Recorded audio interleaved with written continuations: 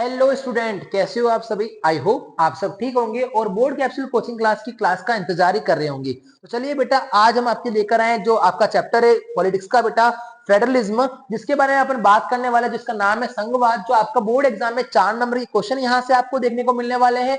किस किस टाइप के क्वेश्चन आएंगे अपन इस क्लास में डिस्कस करने वाले हैं। अगर कोई विद्यार्थी इस चैनल पर नया है तो चैनल को सब्सक्राइब जरूर कर देना और बेल आइकन को दबा देना, ताकि आप हमारे आने वाली कोई भी वीडियो को मिस ना कर सके और बोर्ड एग्जाम में आपका स्कोर अप होना चालू करे, स्कोर अप होना चालू करे। क्योंकि बोर्ड एग्जाम आपके बिल्कुल पास में आने वाले 11 से 12 दिन ही पड़े हैं। फटाफट से तैयारी स्टार्ट कर लीजिए और आपकी बोर्ड एग्जाम में इसी क्लास से आपको एज इट इज क्वेश्चन देखने को मिलने वाले हैं, ये मैं आपको गारंटी देने वाला हूं। और अगर आप वीडियो पर नए हैं तो वीडियो को लाइक शेयर एंड कमेंट जरूर करते रहना और बताते रहना कि आपको नेक्स्ट वीडियो किस टॉपिक पर चाहिए, अपन उसी टॉपिक पर बनाना चालू कर देंगे। आइए बेटा, इस क्लास के अंदर अपन सिर्फ और सिर्फ इंग्लिश मीडियम विद्यार्थियों के लिए ही बात नहीं करने वाले हैं, अपन इस क्लास के अंदर हिंदी मीडियम वाले विद्यार्थियों के लिए भी बात करने वाले हैं। तो ये क्लास का बेनिफिट सिर्फ इंग्लिश मीडियम वाले विद्यार्थियों को ही नहीं रहने वाला है, इस क्लास का बेनिफिट हिंदी मीडियम वाले विद्यार्थियों को भी रहने वाला है। तो स्टार्ट करते सर, किस किस टाइप के क्वेश्चन आने वाले हैं। तो आइए बेटा, मैं आपको डिटेल में बताता हूँ किस किस टाइप के क्वेश्चन आएंगे इस क्लास के अंदर से। आपके बेटा एक तो आएगा मल्टीपल चॉइस क्वेश्चन जो 1 नंबर का होगा, और एक आएगा बेटा लॉन्ग क्वेश्चन जो सेक्शन सी के अंदर आने वाला है, वो होगा बेटा आपका 3 नंबर का। कुल मिला के 4 नंबर के क्वेश्चन आपको देखने को मिलने वाले बोर्ड एग्जाम में, वो भी एक इसी क्लास से। तो क्यों ना अपन 4 नंबर का फायदा अपने बोर्ड एग्जाम में फटाफट से अपन करना चालू कर लीजिए। तो फटाफट से इस वीडियो को आप 2 से 3 बार देख लेंगे तो आपके सारे के सारे 4 के 4 नंबर स्कोर होने वाले हैं। चलिए बेटा, स्टार्ट करते हैं पहले क्वेश्चन के साथ में। What is the number of language listed in the 8th schedule of the constitution.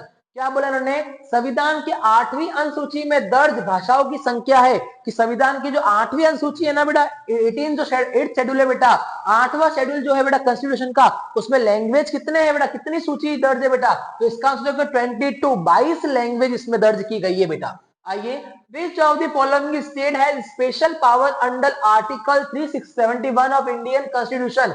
क्या बोला, निम्नलिखित में से किस राज्य को भारतीय संविधान के अनुच्छेद 371 के तहत विशेष शक्तियां प्राप्त हुई है। तो उसका आंसर हो जाएगा बेटा आसाम, नागालैंड, मिजोरम या ऑल ऑफ दी अबाउ। तो इसका आंसर हो जाएगा ये सभी जो राज्य है बेटा, जिसको आर्टिकल 371 के तहत क्या प्राप्त हुई है, स्पेशल पावर प्राप्त हुई है।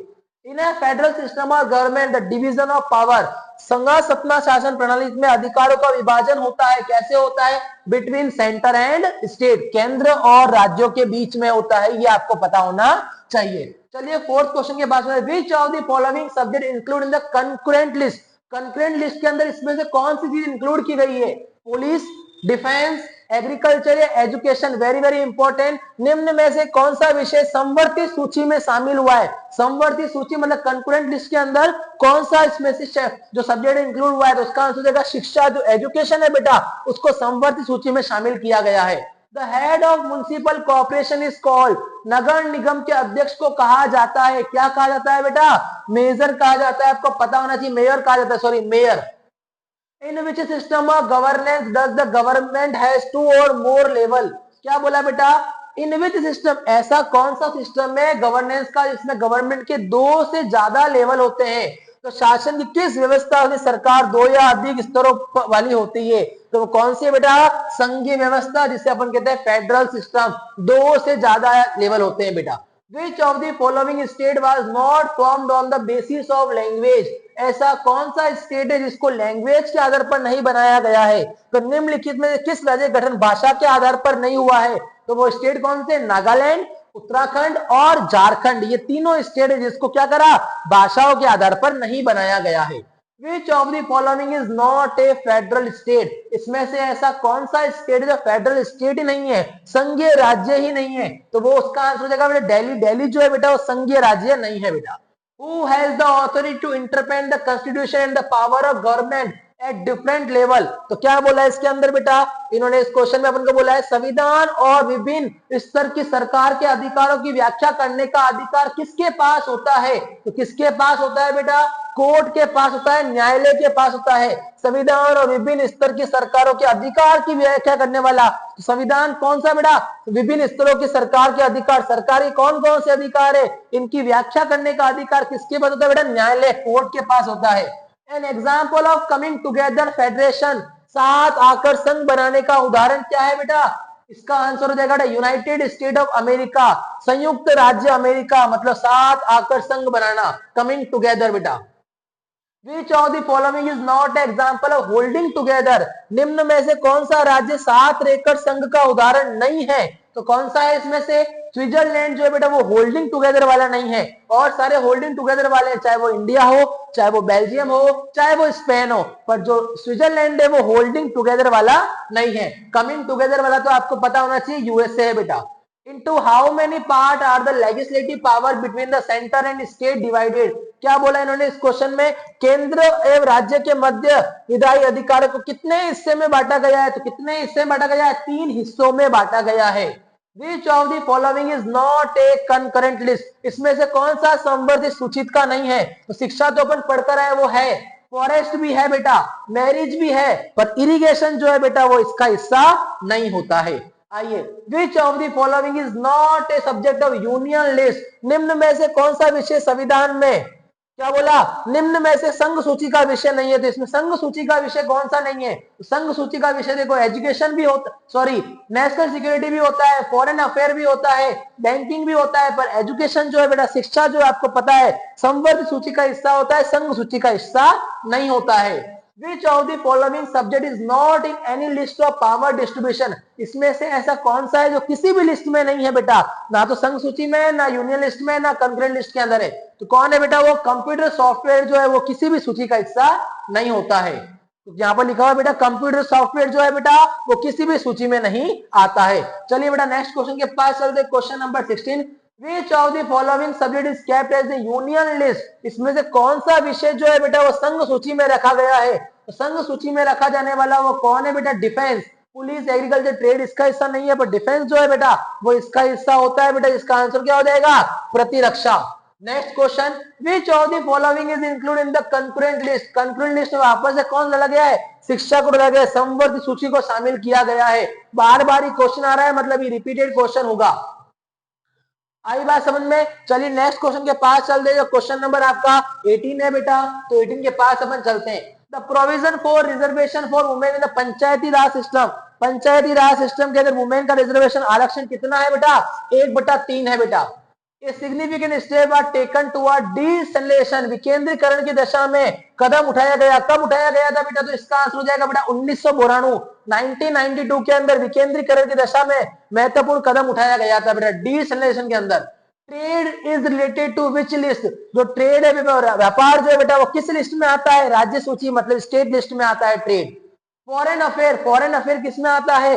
विदेश मामले की सूची में संबंधित होते हैं। तो विदेशी मामले जो होते हैं बेटा वो आपको पता होना चाहिए, फॉरेन अफेयर यूनियन लिस्ट में होते हैं बेटा। मतलब कहाँ है? विदेशी मामले की सूची में होते हैं, तो संघ सूची में होते हैं बेटा, ये आपको पता होना चाहिए। आइए next question, what type of governance system is there in India? Bharat में कौन सी शासन प्रणाली होती है? तो आपको बताया था मैंने, फेडरल सिस्टम होता है इंडिया में, मतलब संघात्मक होता है। एजुकेशन हो गया, फॉरेस्ट हो गया, ट्रेड हो गया, ये सब किस लिस्ट में आते हैं? चाहे वो शिक्षा हो गया, जगत व्यापार, किस सूची में शामिल होते हैं? तो ये सब संवर्धित सूची में शामिल होते हैं। चलिए बेटा क्वेश्चन नंबर 24 के पास चलते हैं अपन, जो आपका क्या है? Which of the following language is not included the category of scheduled language? Scheduled language के अंदर किस भाषा को शामिल नहीं किया गया है? निम्नलिखित में से कौन सी भाषा अनुसूचित भाषा की श्रेणी में नहीं है बेटा? तो राजस्थानी भाषा जो है नहीं है, सिंधी भी है, अवधी भी है और नेपाली भी है, पर जो राजस्थानी भाषा है वो शेड्यूल्ड लैंग्वेज के अंदर शामिल नहीं की गई है, अनुसूचित भाषा में शामिल नहीं की गई है। Included in the panchayati raj system, panchayati raj व्यवस्थाओं में शामिल किया जाता है किसको? Village, block level and district level, मतलब गांव को, खंड स्तर को और जिला स्तर को शामिल किया जाता है। Which of the following are countries that do not follow a federal system? इसमें से कौन सी ऐसी कंट्री है जो फेडरल सिस्टम को फॉलो नहीं करती है? तो उसका आंसर जाएगा बेटा कौन? चाइना है, श्रीलंका है, जापान है और कौन है? इटली है। निम्नलिखित में से कौन से देश संघात व्यवस्था को अनुसरण नहीं करते हैं? तो वो कौन से बेटा? चाइना है और कौन है? श्रीलंका है, जापान है और इटली है बेटा। चलिए क्वेश्चन नंबर 27 के पास चलते हैं बेटा अपन। तो क्वेश्चन नंबर 27 है, which of the following state were formed on the basis of language? Language के आधार पर बनाया जाने वाला राज्य कौन सा है बेटा इसमें से? जिसका नाम बेटा तमिलनाडु। तमिलनाडु जो बेटा लैंग्वेज के आधार पर बनाया गया राज्य है। On the subject of which list can both state and central government make laws? क्या बोला, इसमें से ऐसा किस सूची के विषय पर राज्य व केंद्र सरकार दोनों कानून बना सकती है। तो इसमें से कौन सी सूची, इसमें राज्य और केंद्र सरकार दोनों क्या बना सकती है बेटा, अपने कानून बना सकती है। तो वो लिस्ट कौन सी है, समवर्ती सूची, समवर्ती सूची से कंकरेंट लिस्ट होती है बेटा। मैच द फॉलोइंग की मैच करना है आपको बेटा, ध्यान देना है इसके अंदर। यूनियन गवर्नमेंट, फिर दिया हुआ स्टेट, फिर म्युनिसिपल कॉर्पोरेशन, फिर दिया हुआ ग्राम पंचायत। यहाँ दिया हुआ प्राइम मिनिस्टर, यहाँ दिया हुआ सरपंच, यहाँ दिया हुआ गवर्नर और यहाँ दिया हुआ मेयर। तो आपको ये पता होना चाहिए बेटा आपको किससे किससे मिलाना है। तो आपको पता होना चाहिए इसके अंदर ए वाला जो है बेटा वो किससे मिल रहा है, यूनियन गवर्नमेंट, प्राइम मिनिस्टर, प्रधानमंत्री से मिलेगा बेटा, जो आपका राज्य संघ सरकार है बेटा, प्रधानमंत्री से। दूसरा यूनियन गवर्नमेंट जो है बेटा, सॉरी स्टेट जो है, राज्य जो है बेटा वो किससे मिलेगा, राज्य वाला आपको मिलेगा बेटा सरपंच से। फिर आपका म्युनिसिपल कॉर्पोरेशन वो मिलेगा आपका गवर्नर से, जिसे अपन कहते हैं गवर्नर, नगर पालिका। और लास्ट जो है ग्राम पंचायत, इसमें क्या बताया था मैंने आपको, क्या बताया था बेटा, मेयर, जिसे बताया था मैंने आपको मेयर, सॉरी म्युनिसिपल कॉर्पोरेशन जो मेयर से है बेटा, और ग्राम पंचायत जो है बेटा वो गवर्नर से।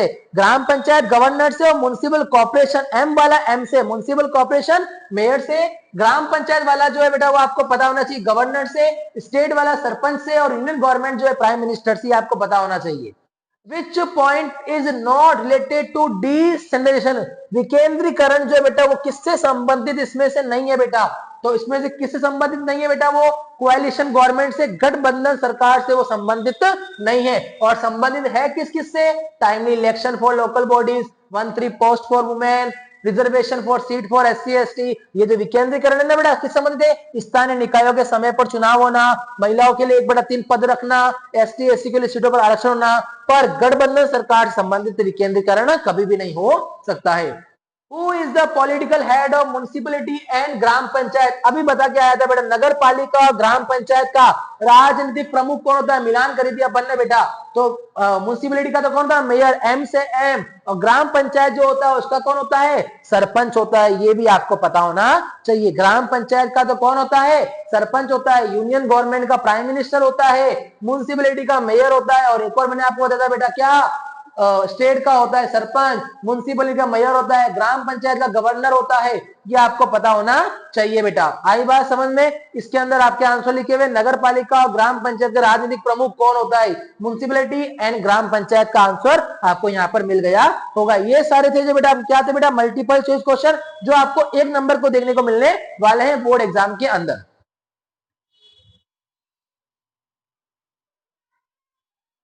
हाँ बेटा, अब चलते हैं अपन अपने कितने बेटा, लॉन्ग आंसर टाइप के अंदर, जो आपका 3 नंबर का क्वेश्चन आने वाला है बोर्ड एग्जाम के अंदर। पहला क्वेश्चन क्या है, संघवाद क्या है, what do you know about federalism, जो चैप्टर का नाम ही है बेटा। भारत में संघवाद का स्वरूप कैसा है बताइए, what is the nature of federalism in India, explain. तो आ जाइए, पहले अपन जानेंगे इसकी परिभाषा के बारे में। फेडरलिज्म इज दैट सिस्टम और governance in which power divided between central authority and the constituted unit of government. क्या बोला, संघवाद शासन की वह प्रणाली है, वो सिस्टम है जिसमें सत्ता का विभाजन, जिसके अंदर जो पावर होता है बेटा, governance in which power divided, सत्ता का जो विभाजन होता है वो केंद्रीय प्राधिकार मतलब सेंट्रल अथॉरिटी के बीच और सरकार की अंगीभूत इकाइयों के मध्य होता है। तो इसके अंदर क्या होता है, ये एक ऐसा प्रणाली सिस्टम है, ऐसा गवर्नेंस सिस्टम है जिसके अंदर जो पावर होता है वो डिवाइड होता है किसके बीच में, सेंट्रल अथॉरिटी के बीच में और constitute of the unit of government के बीच में। इसके नेचर क्या क्या है, तो पहला unit of state, union of state. तो आइए बेटा, भारत में संघवाद का स्वरूप कैसा होता है, तो राज्यों का संघ होता है बेटा। तो आइए, keeping in mind the internal diversity of India, a union of various state has been formed. क्या बोला, राज्यों का संघ भारत में अपनी आंतरिक विविधता को ध्यान में रखते हुए विभिन्न राज्यों के संघ का गठन किया गया है। तो क्या बोला इन्होंने, इंटरनल डाइवर्सिटी को दिमाग में रखते हुए इंडिया के अंदर a union of various state has been form, बहुत सारे स्टेट का निर्माण, राज्य का निर्माण किया गया है। 3 टायर गवर्नेंस सिस्टम, त्रिस्तरीय शासन व्यवस्था की गई बेटा। तो दूसरा, originally the Indian constitution provided for a 2 tyre governance system. तो क्या बोला, भारतीय संविधान के मूल रूप से 2 स्तर की शासन व्यवस्था का प्रावधान किया गया है। तो पहली कौन सी है, यूनियन और सेंट्रल गवर्नमेंट, और दूसरी स्टेट गवर्नमेंट, संघ व केंद्र सरकार, और दूसरी राज्य सरकार। बाद में later local self government institution were recognised as the 3 tier in the constitution. पहले कितनी थी बेटा? 2 थी। बाद में एक लोकल सेल्फ गवर्नमेंट का इंस्टीट्यूशन और बनाया गया, जो 3 टायर इन द कॉन्स्टिट्यूशन कहा गया है। डिवीजन ऑफ पावर, शक्तियों का विभाजन। तो भारतीय संविधान में स्पष्ट रूप से केंद्र और राज्य सरकार की मध्य विधेय अधिकारों की 3 सूचियों के द्वारा ही विभाजित किया जाता है। वो 3 सूचियां अपन पढ़ चुके हैं पहले ही, संघ सूची, राज्य सूची और समवर्ती सूची। तो क्या बोला? In the Indian Constitution, the legislative power between the center and state are clearly divided between union list, state list and concurrent list. Next, supremacy of the judiciary. क्या बोला? न्यायपालिका की सर्वोच्चता। भारतीय संघीय व्यवस्था के न्यायपालिका स्वतंत्र व सर्वोच्च है। शक्तियों के बंटवारे के संबंध में कोई विवाद होने पर इसका फैसला सर्वोच्च न्यायालय में ही होता है। क्या बोला? इंडियन फेडरल सिस्टम के अंदर the judiciary is independent and supreme in case of any dispute. अगर कोई भी डिस्प्यूट, कोई भी विवाद हो जाता है regarding the division of power, शक्तियों के विभाजन को लेकर, तो जो भी डिसीजन होगा बेटा वो कहां होगा? सुप्रीम कोर्ट के अंदर, सर्वोच्च न्यायालय के अंदर ही होगा। All state do not have equal right. क्या बोला? समस्त राज्यों को बराबर अधिकार प्राप्त नहीं है। जैसे such as special power given to Assam, Nagaland and Mizoram compare to other state. किस किस स्टेट को स्पेशल पावर प्रोवाइड है बेटा? वो है आसाम, नागालैंड, मिजोरम, अन्य राज्यों के मुकाबले विशेष अधिकार दिए गए हैं बेटा। तो ये आपका पहला क्वेश्चन था, फेडरलिज्म होता क्या है और इंडिया के अंदर इसका नेचर कैसा है। पॉइंट पॉइंट आपको अच्छे से पता होना चाहिए। पहला पॉइंट था आपका यूनियन ऑफ लिस्ट, दूसरा था 3 टायर गवर्नमेंट सिस्टम, फिर था आपका डिवीजन ऑफ पावर, फिर था सुपरमेसी ऑफ जुडिशरी, और फिर था आपका कि सारे स्टेट को इक्वल राइट प्रोवाइड नहीं है। कुछ स्टेट ऐसे हैं जिनको ज्यादा पावर प्रोवाइड है, जैसे Assam, Nagaland and Mizoram. What is meant by decentralization of power? तो वेरी वेरी इंपॉर्टेंट आया क्वेश्चन। सत्ता के विकेंद्रीकरण से आपका क्या अभिप्राय है बेटा?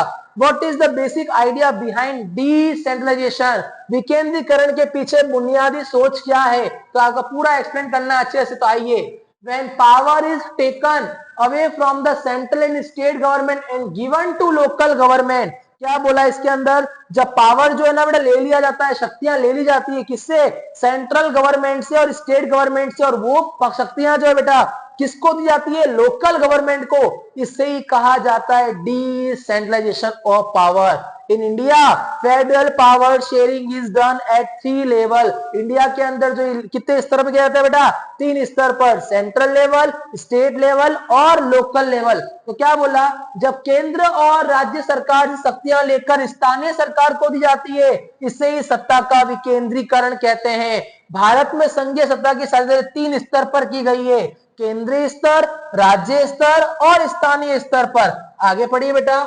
In decentralisation power is taken first 2 level and provided to the local government. क्या बोला इन्होंने बेटा? सत्ता के विकेंद्रीकरण से प्रथम 2 स्तर, चाहे वो केंद्रीय स्तर हो चाहे वो राज्य स्तर हो, इनसे शक्तियां लेकर किसको जाती है बेटा? स्थानीय सरकार को, लोकल गवर्नमेंट को प्रावधान की जाती है। आगे, in India local government were made more powerful through a constitution amendment in 1992। Bharat में स्थानीय सरकार को सन 1992, मैंने याद करवाया था, 1992 में संविधान संशोधन के माध्यम से अधिक शक्तिशाली बनाया गया है। तो कब बनाया गया है? 1992 के अंदर लोकल गवर्नमेंट को सबसे ज्यादा शक्तिशाली बनाया गया है। बेसिक आइडिया बिहाइंड डिसेंट्रलाइजेशन, तो क्या बोला? विकेंद्रीकरण के पीछे बुनियादी सोच। ऐसा क्यों हुआ? The basic idea behind this is that many issues and problem can be best settled at the local level। क्या बोला? विकेंद्रीकरण के पीछे बुनियादी सोच यह है कि अनेक मुद्दे और समस्याओं का समाधान स्थानीय अच्छे तरीके से हो सकता है। कि बहुत सारे ऐसे इश्यूज होते हैं, ऐसे मुद्दे होते हैं जिसको अपन समाधान स्थानीय लेवल पर, स्थानीय स्तर पर ही कर सकते हैं और अच्छी तरीके से वही हो सकता है। आगे, people have better understanding of problem of their area, क्योंकि वहां के लोगों को वहां के इलाकों की प्रॉब्लम अच्छी तरीके से पता होती है। आई बात समझ में? आगे,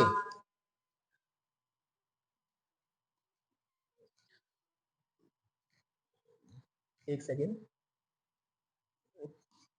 हाँ, क्योंकि वहां के लोगों को इस बात की जानकारी होती है कि पैसा कहाँ खर्च किया जाना है और चीजों को अधिक कुशलता से उपयोग किस तरह किया जा सकता है। तो उनको पता होता है वहां के लोगों को कि वहां की प्रॉब्लम क्या है, समाधान पता है। People also have information on where money should be spend, उनको पता है पैसे को खर्च कहाँ करना है, and how things can be used more efficiently, और किस वस्तु का किस प्रकार से यूज करना है कि ज्यादा अपन को बेनिफिट हो। At the local level, it become possible for people to become direct participant in policy decision. Very important. स्थानीय स्तर पर लोगों का नीतिगत फैसले में सीधे भागीदार बनना भी संभव हो जाता है।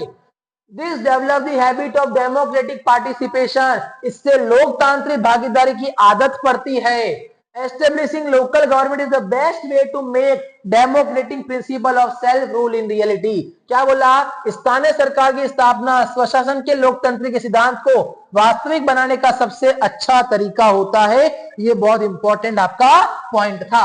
आइए बेटा नेक्स्ट क्वेश्चन के पास चल रही है। क्वेश्चन नंबर आपका थर्ड है, वेरी इंपॉर्टेंट क्वेश्चन है ये बेटा बोर्ड एग्जाम को लेकर। What are the main difference between federal and unitary form of government, explain with example. क्या बोला, शासन के संघीय और एकात्मक स्वरूप में क्या क्या मुख्य अंतर है, उदाहरण से स्पष्ट करे। तो आइए बेटा पहले बात करने वाले अपन फेडरल गवर्नमेंट के बारे में, संघीय शासन व्यवस्था के बारे में। तो आइए, in this form of government there are government at two level and they work independently at their respective level। क्या बोला, इस शासन के स्वरूप में दो स्तर पर सरकारें होती है तथा अपने स्तर पर स्वतंत्र होकर कार्य करती है। दो सरकारें होती है और अपने स्तर पर अपने स्वतंत्र से कार्य करती है। In this system state government derive their power from the constitution. क्या बोला इन्होंने, इस व्यवस्था में राज्य सरकार को शक्तियां संविधान से प्राप्त होती है। जो राज्य सरकार होती है ना, उसको यहाँ पर जो शक्तियां मिलती है वो संविधान से प्राप्त होती है, कॉन्स्टिट्यूशन से मिलती है। In this system division of subject between union and state government, इस व्यवस्था में संघ और राज्य सरकार के बीच विषय का भी विभाजन होता है। In this system, state government are not accountable to central government for their action। इस व्यवस्था में राज्य सरकार अपने कार्यों के लिए केंद्र सरकार के प्रति जिम्मेदार नहीं होती है। इस व्यवस्था में केंद्र सरकार राज्य सरकार को कुछ विशेष कार्य करने का आदेश नहीं दे सकती है। उदाहरण, भारत, संयुक्त राज्य अमेरिका, बेल्जियम, कनाडा और ऑस्ट्रेलिया इसके एग्जाम्पल है। क्या बोला, इस व्यवस्था में सेंट्रल गवर्नमेंट अपने ऑर्डर्स नहीं दे सकती है स्टेट गवर्नमेंट को कुछ भी टास्क करने के लिए। एग्जाम्पल में कौन दिया, India federal system, USA, Belgium, Canada and Australia, ऐसे आपको लिखना है। अब आ रहा है यूनिटरी गवर्नेंस सिस्टम, एकात्मक शासन व्यवस्था के बारे में बात करेंगे। तो in this form and government there is only one level of government and state government work under it. Very important. क्या बोला इसके अंदर, इस शासन के स्वरूप में शासन का एक ही स्तर होता है, तो राज्य सरकार उसके अधीन होकर कार्य करती है। In this system state government derive their power from central government. तो इसके अंदर क्या बोला, इस व्यवस्था में राज्य सरकार को अपनी शक्तियां केंद्र सरकार से प्राप्त होती है। आई बात समझ में। In this system there is no division of subject, इस व्यवस्था में विषयों का विभाजन नहीं होता है। In this system state government are accountable to the central government for their action. उसमें उल्टा था। तो इस व्यवस्था में राज्य सरकार अपने कार्य के लिए केंद्र सरकार के प्रति जिम्मेदार होती है। In this system central government give order to state government. इस सिस्टम के अंदर सेंट्रल गवर्नमेंट स्टेट गवर्नमेंट को ऑर्डर भी, आदेश भी दे सकती है। उदाहरण में बोला फ्रांस, इंग्लैंड, जापान, इटली और हॉलैंड नाम की कंट्री है। ये सारा कौन सा सिस्टम है, यूनिटरी सिस्टम है बेटा, इसे अपन कहते हैं यूनिटरी गवर्नेंस सिस्टम। चलिए बेटा क्वेश्चन नंबर चलते हैं फोर्थ के पास। संघवाद ने जातीय समस्याओं को सुलझाने में बेल्जियम की सहायता किस प्रकार की। संघवाद ने जातीय समस्या मतलब जो कास्टिज्म हो रहा था बेटा वहां पर, तो किस प्रकार से उस प्रॉब्लम को उसने सॉल्व करा बेटा बेल्जियम के अंदर। How did federalism help Belgium in solving the ethnic problem? तो Belgium is a country in the continent of Europe. Belgium एक ऐसा कंट्री है किसका कॉन्टिनेंट का, यूरोप के कॉन्टिनेंट का। बिफोर 1993 1993 से पहले most of the power in Belgium were in the hands of central government. 1993 से पहले बेल्जियम के सारे अधिकार शक्तियां केंद्र सरकार के हाथों में ही थी।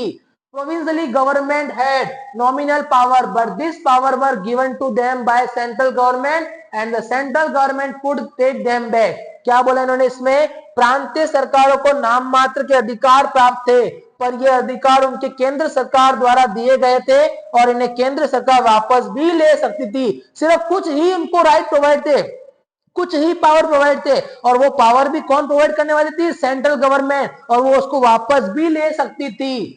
That is Belgium had a unitary government, इसके कारण ही बेल्जियम में एकात्मक शासन था बेटा, तो लिखा हुआ होगा यहाँ पर देखो। और इसी कारण बेल्जियम में एकात्मक सरकार थी बेटा। आगे क्या बोला इन्होंने बेटा? आगे बोला आफ्टर द कॉन्स्टिट्यूशन अमेंडमेंट 1993, जैसे ही कॉन्स्टिट्यूशन संविधान में कुछ बदलाव हुआ 1993 के अंदर, some constitutional power were given to the provincial government, और उसके बाद 1993 संविधान संशोधन करने के बाद बेल्जियम में प्रांतीय सरकार को भी कुछ संवैधानिक प्रावधान या अधिकार प्रदान किए गए। For this power, the provincial government was no longer dependent on the center. इस पावर के कारण वो सेंटर के ऊपर डिपेंड होना बंद कर दिया। In this way, Belgium adopted federal system और गवर्नमेंट, और इसी कारण इस अधिकारों के लिए प्रांतीय सरकार अब केंद्र पर निर्भर नहीं रही, और इसी प्रकार जो बेल्जियम में एकात्मक शासन का स्थान पर संघीय शासन प्रणाली अपनाई गई, जिससे जातीय समस्या के समाधान में सहायता प्राप्त हुई, जिसने क्या कर दिया? उस प्रॉब्लम को सॉल्व कर दिया। तो बिल्कुल सिंपल सा क्वेश्चन है। बेल्जियम एक ऐसा कंट्री है जो यूरोप के कॉन्टिनेंट में आता है बेटा। 1993 से पहले जितने भी पावर्स थे वो सारे किसके हाथ में थे? सेंट्रल गवर्नमेंट के हाथ में थे। प्रोविजनल गवर्नमेंट के हाथ में सिर्फ बहुत कम ही पावर थे, और वो भी सेंटर के द्वारा ही प्रोवाइड किए गए थे। सेंटर उसको वापस से ले सकता था। 1993 के बाद कॉन्स्टिट्यूशन में अमेंडमेंट किया गया, और फिर वहां बेल्जियम को वहां पर क्या मिला बेटा? प्रोविजनल गवर्नमेंट को क्या मिला? वहां का खुद का एक पावर मिला जो सेंटर उसको वापस नहीं ले सकता है। इसी कारण से वहां पर यूनिटरी गवर्नमेंट सिस्टम को हटाया गया और एक फेडरल सिस्टम को अडॉप्ट किया गया, जिसके कारण जातीय समस्याओं का समाधान भी हो सका। Into how many part are the legislative power between the center and state government divided? क्या बोला इन्होंने? भारतीय संविधान में केंद्र राज्य सरकार के मध्य विधेयी अधिकारों को कितने भागों में बांटा गया है? विवरण दीजिए। तो 3 भागों में बांटा गया। एक तो यूनियन लिस्ट मैंने बताया था, एक स्टेट लिस्ट बताया था, एक कंकरेंट लिस्ट नहीं बताया था। तो subject of national importance under central government, जैसे डिफेंस हो गया, फॉरेन अफेयर्स हो गया, दूसरा बैंकिंग हो गया, कम्युनिकेशन हो गया, करेंसी हो गया, ये सारा आता है आपका यूनियन लिस्ट के अंदर। इससे अपन कहते हैं बेटा क्या? संघ सूची कहते हैं। तो राष्ट्रीय महत्व के विषय केंद्र सरकार की प्रतिरक्षा, विदेश, फिर क्या है बेटा? आपका बैंकिंग, संचार और मुद्रा। दूसरा state list, subject of local importance, स्थानीय महत्व के विषय राज्य सरकार की पुलिस, व्यापार, वाणिज्य, कृषि और सिंचाई, इरिगेशन, ये सब स्टेट लिस्ट में आता है। और कंकरेंट लिस्ट के अंदर क्या आता है? Both centre and state can make laws. क्या बोला इसके अंदर? केंद्र और राज्य दोनों कानून बना सकते हैं, लेकिन टकराव की स्थिति में केंद्र द्वारा निर्मित कानून को ही मान्य माना जाता है। पर अगर टकराव हो जाता है तो सेंट्रल का लॉ है बेटा वही इंपॉर्टेंट माना जाएगा बेटा। एजुकेशन इसमें आएगा, फॉरेस्ट इसमें आएगा, ट्रेड यूनियन इसमें आएगा, मैरिज इसमें आएगा और सक्सेशन भी इसमें आएगा। शिक्षा हो गया, वन हो गया, मजदूर हो गया, संघ हो गया, विवाह हो गया, उत्तराधिकार हो गया, ये सब इसी के अंदर ही आते हैं। आइए बेटा बात करने वाले अपन नेक्स्ट। ये क्वेश्चन अपन ऑलरेडी पढ़ चुके, वापस से बता देता हूं। Describe the relational of implementation decentralisation in India, विकेंद्रीकरण के बारे में। तो जब पावर ले लिया जाता है सेंट्रल और स्टेट से और दिया जाता है किसको? लोकल गवर्नमेंट को, इसी को कहते हैं decentralisation of power. Power sharing is done at 3 level. आपको पता है पावर का जो शेयर किया गया इंडिया पर वो कितने लेवल में किया गया बेटा? वो 3 लेवल में किया गया, सेंट्रल लेवल, स्टेट लेवल और लोकल लेवल। पर 1992 के अंदर कॉन्स्टिट्यूशन अमेंडमेंट के अंदर 73rd कॉन्स्टिट्यूशन अमेंडमेंट में ये सारे पावर जो है बेटा ज्यादा पावरफुल किसको बनाया गया? लोकल गवर्नमेंट को बनाया गया। इसका कारण क्या था? तो जो भी इश्यूज और प्रॉब्लम होते हैं, जो भी मुद्दे वगैरह होते हैं, समस्या जो होती है वो लोकल गवर्नमेंट ज्यादा इजीली सॉल्व कर सकती है, क्योंकि उसको वहां के इलाकों की, वहां के एरिया की प्रॉब्लम पता होती है और पता होता है किस पैसे को किस तरीके से किस समस्या में इसको सॉल्व करना है, यूज करना है, ये भी पता होता है। At the local level, it also become possible to direct participate in many policy decision. और वहां के जो पॉलिसी डिसीजन जो होते हैं, नीति समझौते जो होते हैं, उसमें भी पार्टिसिपेट करने का एक अच्छा मौका मिलता है. Establishing local government is the best way to make democratic principle of self rule a reality. ये अपन ऑलरेडी ऊपर पढ़ चुके हैं. चलिए क्वेश्चन नंबर 7 के पास चलते. जो क्वेश्चन नंबर 7 थे आपका, explain why power sharing in the federal system is more effective today in view of the change in center state relation in India. Bharat में केंद्र राज्य संबंधों में आए बदलावों के मद्देनजर संघीय व्यवस्था में सत्ता की साझेदारी आज ज्यादा प्रभावी है, ऐसा स्पष्ट करे. ड्यू टू कंटिन्यूअस चेंज, लगातार परिवर्तन होने के कारण centre state relation in India, federalism has become stronger in practice and power sharing is more effective today. क्या बोला इन्होंने बेटा, भारत में केंद्र राज्य संबंधों में लगातार आए बदलावों के कारण व्यवहार में संघवाद बहुत मजबूत हुआ है और आज उनके बीच सत्ता की साझेदारी ज्यादा प्रभावी है. लगातार केंद्र राज्य संबंधों में लगातार बदलाव देखने को मिले हैं, इसी कारण से संघवाद जो है बेटा बहुत मजबूत हो गया है, फेडरलिज्म बहुत ज्यादा मजबूत हो गया है और उनके बीच सत्ता की साझेदारी बहुत ज्यादा प्रभावी हो गई है. पावर शेयरिंग जो है बेटा बहुत ज्यादा इफेक्टिव हो गया है. आफ्टर इंडिपेंडेंस, मतलब क्या बोला इन्होंने, स्वतंत्रता के बाद the same party ruled at the center and in most states. Its practical effect was that state government did not exercise their right as the autonomous federal unit. क्या बोला इन्होंने,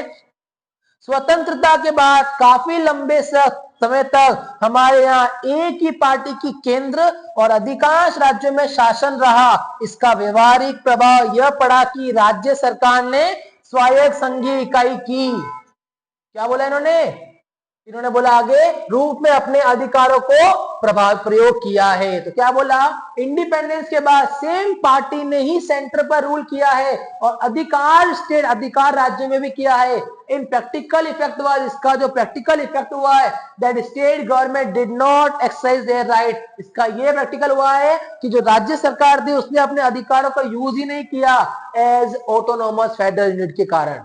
After this, when different party government were formed and center in state, the central government tried to ignore the right of the state. क्या बोला, इसके बाद जब केंद्र राज्य में अलग अलग दलों की सरकारें बनी तो केंद्र सरकार ने राज्यों के अधिकारों की अनदेखी करने की कोशिश की. वेरी वेरी इंपॉर्टेंट, केंद्र सरकार ने बहुत चीजें करी. देखो क्या करा, after this different party government were formed and at the center and state, the central government tried to ignore the right of the state. बहुत सारी पार्टियां बनना चालू हो गई और उस समय सेंट्रल गवर्नमेंट ने क्या करा, स्टेट गवर्नमेंट को इग्नोर करना चालू कर दिया, अनदेखा करना चालू कर दिया. In those days, the central government often dismissed the opposition party, state government by misusing constitutional provision. This was against the spirit of federalism. क्या बोला इन्होंने, इसमें बोला है कि उन दिनों में केंद्र सरकार अक्सर संवैधानिक प्रावधान का दुरुपयोग करके विपक्षी दलों की राज्य सरकार को भंग कर देती थी. बेटा केंद्र सरकार बहुत ज्यादा गलत तरीके अपनाकर राज्य सरकार के दल होते थे बेटा, दल होते थे विपक्षी दल, उसको क्या करती थी, भंग कर देती थी. यह संघवाद की भावना के प्रतिकूल काम था. क्या था बेटा, ये फेडरलिज्म के अगेंस्ट में ये पूरा काम चल रहा था बेटा. आफ्टर 1990 के बाद में इस स्थिति में कुछ सुधार आया बाद में. During this period many regional party emerge in the country. क्या बोला इन्होंने कि इस अवधि में देश में अनेक राज्यों में क्षेत्र दलों का उदय हुआ, बहुत सारी parties I. This was also the beginning of era of कोalition government at the centre. क्या बोला बेटा, इसी दौर में केंद्र में गठबंधन सरकार की शुरुआत हुई बेटा. Since no single party got a clear majority in the Lok Sabha, major national party had to form an alliance with many party including regional party to form the government. तो क्या बोला बेटा, इसी दौर के अंदर केंद्र में गठबंधन सरकार की शुरुआत हुई और चूंकि किससे, एक दल की लोकसभा में स्पष्ट बहुमत नहीं मिला, इसलिए प्रमुख राष्ट्रीय पार्टी का क्षेत्रीय दलों में समेत अनेक पार्टियों का गठबंधन बनाकर सरकार बनानी पड़ी. इससे सत्ता में साझेदारी और राज्य सरकार की स्वायत्तता का आधार करने की नई संस्कृति पनपी. This led to the new culture of power sharing. सत्ता की साझेदारी में एक नया कल्चर आया and respect for the autonomy of state government. Meanwhile, Supreme Court decision made difficult for the central government to dismiss state government arbitraries. क्या बोला, इसी बीच सर्वोच्च न्यायालय के फैसले में राज्य सरकार के मनमाने ढंग से भंग करना केंद्र सरकार के लिए मुश्किल हो गया। तो क्या बोला, सुप्रीम कोर्ट ने ऑर्डर दे दिया, केंद्र सरकार राज्य सरकार के डिसीजन को भंग नहीं कर सकती है। फैसले में राज्य सरकार के मनमाने ढंग से भंग करना केंद्र सरकार के लिए क्या हो गया, मुश्किल हो गया। इसी प्रकार आज संघीय व्यवस्था के तहत सत्ता की साझेदारी संविधान के लागू होने के तत्काल बाद वाले दौर की तुलना से ज्यादा प्रभावी है। तो क्या बोला इन्होंने, 10 power sharing under the federal system today is more effective, ज्यादा प्रभावी है than the period immediately after the implementation of the constitution. आज ज्यादा प्रभावी दिख रहा है आपको पावर शेयरिंग बेटा। चलिए क्वेश्चन नंबर 8 के पास चलते हैं। Review the Indian federal system, भारतीय संघ व्यवस्था की समीक्षा आपको करनी है यहाँ पर। तो आइए, the Indian federal system is controlled by Indian constitution. क्या बोला, भारत की संघीय व्यवस्था को भारतीय संविधान नियंत्रित करता है, कंट्रोल करने वाला इंडियन कॉन्स्टिट्यूशन है। There is a dual governance in the federal system, यहाँ पर दो गवर्नेंस है बेटा, दोहरा शासन है, एक केंद्र शासन मतलब सेंट्रल गवर्नमेंट, दूसरा आपका गवर्नमेंट ऑफ प्रोविंस मतलब प्रांतों का शासन। In the federal system, the division of power between central and state done by the constitution। क्या बोला इन्होंने यहाँ पर, संघीय व्यवस्था में जो संविधान द्वारा शक्तियां होती है इसका बंटवारा केंद्र और राज्य के बीच किया गया है। Both government are independent in respective field of authority, दोनों ही गवर्नमेंट इंडिपेंडेंट स्वतंत्रता है अपने अधिकार लेने के लिए, अपने डिसीजन लेने के लिए। An independent and supreme judiciary has been established to settle mutual disputes. क्या बोला, संघीय व्यवस्था में केंद्र और प्रांतों के आपसी विवादों को निपटारा करने के लिए संविधान के मौलिक प्रावधान की सुरक्षा के लिए एक स्वतंत्रता और सर्वोच्च न्यायपालिका की स्थापना की गई है कि अगर दोनों पार्टीज, दोनों गवर्नमेंट के बीच में कोई डिस्प्यूट हो जाता है तो उसको सॉल्व करने के लिए किसको एस्टेब्लिश किया गया बेटा, सुप्रीम जुडिशरी को एस्टेब्लिश किया गया है बेटा। Under the federal system in India the president is the head of executive unit. Bharat में संघीय व्यवस्था के तहत राष्ट्रपति कार्यकारी संघ का नेता होता है, ये आपको पता होना चाहिए। One level government alone can not change the basic provision of constitution in a federal system. क्या बोला इन्होंने बेटा, संघीय व्यवस्था में संविधान के मौलिक प्रावधान को किसी एक स्तर की सरकार अकेले नहीं बदल सकती है। तो मतलब एक लेवल की गवर्नमेंट जो है ना बेटा, वो कॉन्स्टिट्यूशन के अंदर कोई बदलाव नहीं कर सकती है। Such change occur with the consent of government at both level। तो क्या बोला, ऐसे बदलाव दोनों स्तर की सरकारों को क्या करना पड़ता है, सहमति से ही करना पड़ता है, तो सिंगल गवर्नमेंट इसको चेंज नहीं कर सकती है। चलिए बेटा क्वेश्चन नंबर 9 के पास चलते हैं। What steps have been taken to make the permanent self-government body of India democracy more powerful and effective by 73rd constitutional enactment। क्या बोला, भारत में 73वां संविधान संशोधन करके भारतीय लोकतंत्र के स्थायी स्वशासी निकाय को अधिक शक्तिशाली और प्रभावी बनाने हेतु कौन कौन से कदम उठाए गए थे बेटा। तो आइए, through the constitution amendment act in 1992 the following step were taken to self governing bodies to make more powerful. तो कौन कौन से कदम उठाए गए थे, तो अपन यहाँ पर कदम की बात करने वाले हैं, कौन कौन से यहाँ पर कदम उठाए गए थे। तो आइए बेटा, यहाँ पर कौन कौन से कदम उठाए गए थे अपन इसकी यहाँ पर चर्चा करने वाले हैं। पहला कदम उठाया गया था, it is now a constitution obligation to hold election for local self government body every 5 year. अब स्थानीय स्वशासी निकाय के चुनाव 5 वर्ष में कराना संवैधानिक बाध्यता है, मतलब 5 वर्षों में वहां पर भी चुनाव होना चाहिए। Seat are reserve for SC, ST, OBC in local bodies. क्या बोला, स्थानीय निकायों में एससी, एसटी, ओबीसी के लिए सीटें आरक्षित होनी चाहिए। At least 1/3 of the post reserve for the women. क्या बोला, कम से कम 1/3 पद महिलाओं के लिए आरक्षित होना चाहिए। An independent institution called the state election commission has been form to conduct election for this local body. इन निकायों के चुनाव कराने के लिए राज्य चुनाव आयोग नामक स्वतंत्र संस्था का गठन भी किया गया। मतलब इन निकायों का जो चुनाव होगा बेटा, ये चुनाव कराने के लिए राज्य चुनाव आयोग नामक स्वतंत्र संस्था का भी गठन किया गया, इंडिपेंडेंट इंस्टीट्यूशन बनाया गया। State government are required to share some part of their revenue and power with this bodies. क्या बोला, राज्य सरकार को अपने राजस्व और अधिकारों का कुछ हिस्सा इन निकायों को भी देना पड़ेगा, मतलब कुछ अपना राजस्व का हिस्सा और अधिकारों का हिस्सा इन छोटी छोटी लोकल बॉडीज जो निकायों को भी देना पड़ेगा। इस प्रकार से उसको ज्यादा पावरफुल बनाया गया। आइए लास्ट क्वेश्चन में चलते हैं बेटा। Explain the method of explain the method of forming a federal system with example. क्या बोला? संघीय व्यवस्था के गठन के तरीके का 100 उदाहरण समझाइए। संघीय व्यवस्था कैसे आई? तो आइए बेटा, कमिंग टुगेदर फेडरेशन, पहले अंडर दिस टू और more independent state come together to form a bigger unit. दो स्वतंत्रता देश स्टेट आकर मिलते हैं, दो अलग अलग स्वतंत्र राज्य आके मिलते हैं और एक खुद की बड़ी यूनिट बनाते हैं। And all independent state keep their sovereignty and maintain their separate identity. क्या बोला इन्होंने? साथ आकर संघ बनाना और दूसरा साथ रहकर चलने वाले संघ। तो पहले साथ आकर संघ बनाना बेटा। तो आइए इसके अंदर क्या हुआ था? इसके अंतर्गत दो या अधिक स्वतंत्रता राष्ट्र के साथ आकर एक बड़ी इकाई का गठन किया जाता है तथा सभी स्वतंत्र राष्ट्र अपनी अपनी क्या बोला? अपनी संप्रभुता का साथ रखते हैं, अपनी अलग अलग पहचान को बनाए रखते हैं, खुद की पहचान अलग अलग बनाते हैं बेटा वो। आगे example of coming together federation कौन कौन से बेटा? वो United state of America, Switzerland and Australia. और दूसरा आ रहा है साथ लेकर चलने वाला संघ, जिसे बोलते हैं holding together. Under this a large country keeping in mind it's internal diversity forms state and then power is divided between state and the national government। क्या बोला? इसके अंतर्गत एक बड़े देश द्वारा अपनी आंतरिक विविधता को ध्यान में रखते हुए राज्यों का गठन किया जाता है तथा फिर राज्य और राष्ट्रीय सरकार के बीच सत्ता का बंटवारा कर दिया जाता है। मतलब कुछ नहीं बोला कि ये चीज जो होती है बेटा अपने दिमाग में फिट रखनी पड़ेगी। Internal diversity forms state and then power. Internal diversity जो होती है, अंतर्गत विविधता होती है बेटा, वो अपना एक बड़ा पद बनाती है बड़े देश द्वारा। अपने आंतरिक विविधता को ध्यान में रखते हुए राज्यों का गठन किया जाता है और फिर जो राज्य और राष्ट्रीय सरकार के बीच में उस सत्ता को बांट दिया जाता है। एग्जाम्पल में कौन बोला इसमें बेटा? In this central government is more powerful. इसमें जो होती है ना बेटा, जो केंद्र सरकार जो होती है बेटा, वो सबसे ज्यादा शक्तिशाली होती है। इसके अंतर्गत केंद्र सरकार सबसे अधिक शक्तिशाली होती है। एग्जाम्पल कौन बोला?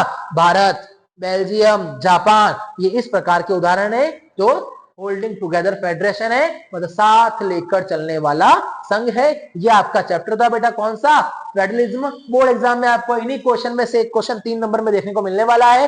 फटाफट से इस क्वेश्चन को याद कर मारिए और बोर्ड एग्जाम में आप 3 नंबर फटाफट से स्कोर कर लीजिए। मल्टीपल क्वेश्चन भी आपको इन्हीं क्लास से देखने को मिलने वाला है। अगर आपको ये क्लास पसंद आई हो तो वीडियो को लाइक, शेयर एंड कमेंट जरूर करते रहना और बोर्ड एग्जाम में अपना स्कोर आप करते रहना और बेल आइकन दबा देना और चैनल को सब्सक्राइब जरूर कर देना। अपन मिलते हैं अगली वीडियो में। Thank you so much.